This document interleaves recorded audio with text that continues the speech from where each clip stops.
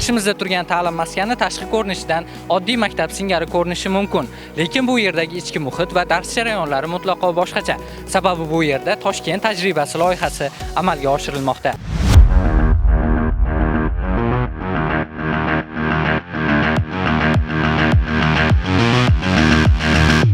Toshkent shahridagi umumta'lim maktablarida ta'lim sifatini oshirish hamda o'quvchilarni zamonaviy kasblarga yo'naltirish maqsadida har bir tumandan bittadan maktab tanlab olinib, ularda Toshkent tajribasi loyihasi amalga oshirilmoqda. Yangi Hayot tumanida esa ushbu loyiha 332 sonli umumta'lim maktabida yo'lga qo'yilgan.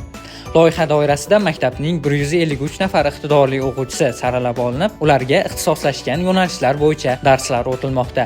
3 ta yo'nalishni o'z ichiga qamrab olgan. 7 va 8 sinflar tibbiyot yo'nalishiga ixtisoslashgan. 9 va 11 sinf o'quvchilari biznes va menejment yo'nalishida, 10-sinf o'quvchilari esa IT va dasturlash yo'nalishida o'z faoliyatini yuritib kelmoqda.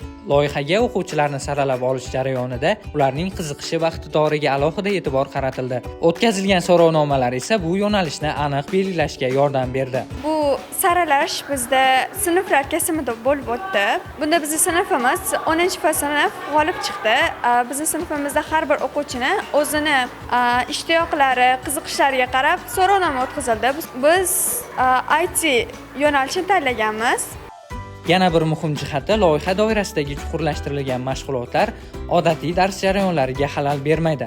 Asosiy darslar kunning birinchi yarmida o'tiladi. Ixtisoslashtirilgan mashg'ulotlar esa soat 13:00 dan keyin davom ettiriladi. Shuningdek, loyiha ishtirokchilari uchun maktab oshxonasida bepul tushlik ham tashkil etilgan. Birgacha asosiy darslarimiz 1 dan soat 5 gacha bizning tajribamiz boshlanadi. Ya'ni o'sha tajribada bizga biznesda qanaqa olib borishdi, biznes yo'llarini, biznes uslublari, mijozlar bilan qanaqa muomala qilishimiz kerak, qanaqa kredit olishimiz kerak, bankda qanaqa nima qilishimiz kerak, qonunlarda o'sha biznesga to'g'ri keladigan qonunlarni, soliq to'lash, mana shu narsalarni o'rganamiz va oddiy darslardan farqi bizning fanlarimiz juda ham chuqurlashtirib o'tiriladi va Toshkent tajribasi ochilganda bu juda ham menga foyda berdi va o'zim ustini ishlashga juda ham katta kuch bermoqda. Shuningdek, maktab qoshida Junior Robotics to'garagi ham yo'lga qo'yilgan. Zamonaviy jihozlar, kompyuter va boshqa texnikalar bilan ta'minlangan robototexnika xonasida bugungi kunda aniq yo'nalishlar bo'yicha nazariy va amaliy darslar o'tkazilmoqda. Eng muhimi, ushbu to'garak nafaqat loyiha doirasida tahsil olayotgan o'quvchilar, balki barcha o'quvchilar uchun ham xizmat qilmoqda. Hozirda bolalarga 8 xil yo'nalish beramiz. Qanaqa?